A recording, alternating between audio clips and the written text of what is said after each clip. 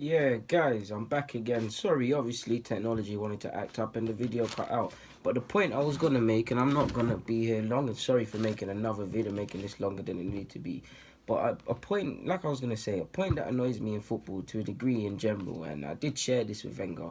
Um, is how people don't want to improve players. Now, a lot of people, which I was going to allude to before the video cut out, a lot of people will say to me, yeah, deluded, but a lot of our players are duds, to which I agree, a fair play to a degree.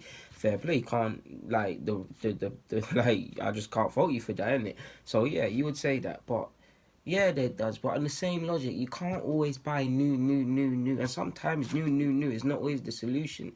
Like in football, it just feels like obviously with money, and I'm not saying don't if a problem is not evidently there, do not spend money, and I'm not saying don't spend money. That's silly. There needs to get a balance where you improve what's there, you get what's here working competently or of a certain ability or of a certain standard, and the money complements you spend on players that actually improve their side. Obviously, you might need a utility player or backup player or some other player that defeats what I've just said, but on a general basis, if I'm a manager, realistic, logically speaking, even away from a manager, if you're an academy scout or you run in a footballing academy and players are on trial, does it make sense to necessarily sign players that are of similar ability?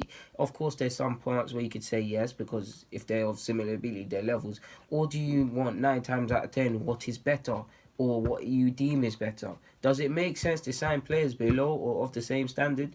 No, because you're not signing evidently the best player. Obviously, you are signing the best players, but you're not. You could be falling short of signing the best players possibly within your catchment region to talk about it from a coaching point of view. So yeah, now does it make sense City going out and buying players that will not improve them or players that will keep them at a standstill? There's players that will adapt and get out and ball for the side and things like that. Like, let me really play up to my deluded Gooner thing. I think if you slap Wilshere in that side without all the injuries and all the nonsense, if you slap Wilshere in that side, he'll more than hold his own.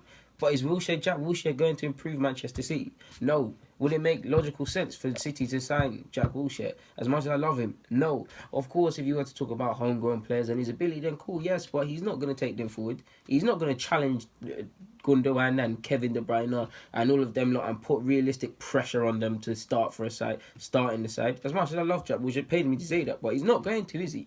It wouldn't make sense, does it? Logically speaking. It would not make sense for them to sign him. Or if they go out for Jorginho, which they do look like they're gonna sign.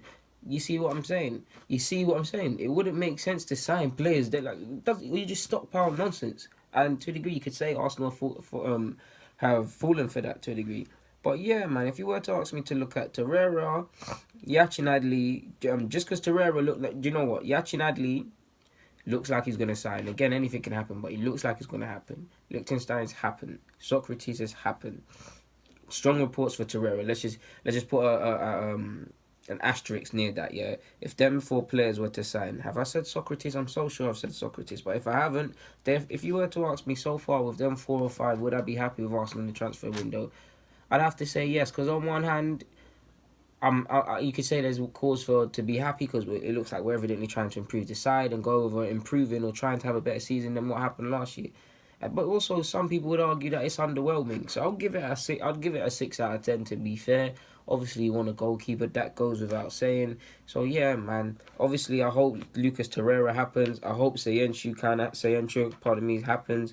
I'd love Pavard to happen. That would be my star asterisk signing along with Torreira. Martins, I would love that to happen. That's another one.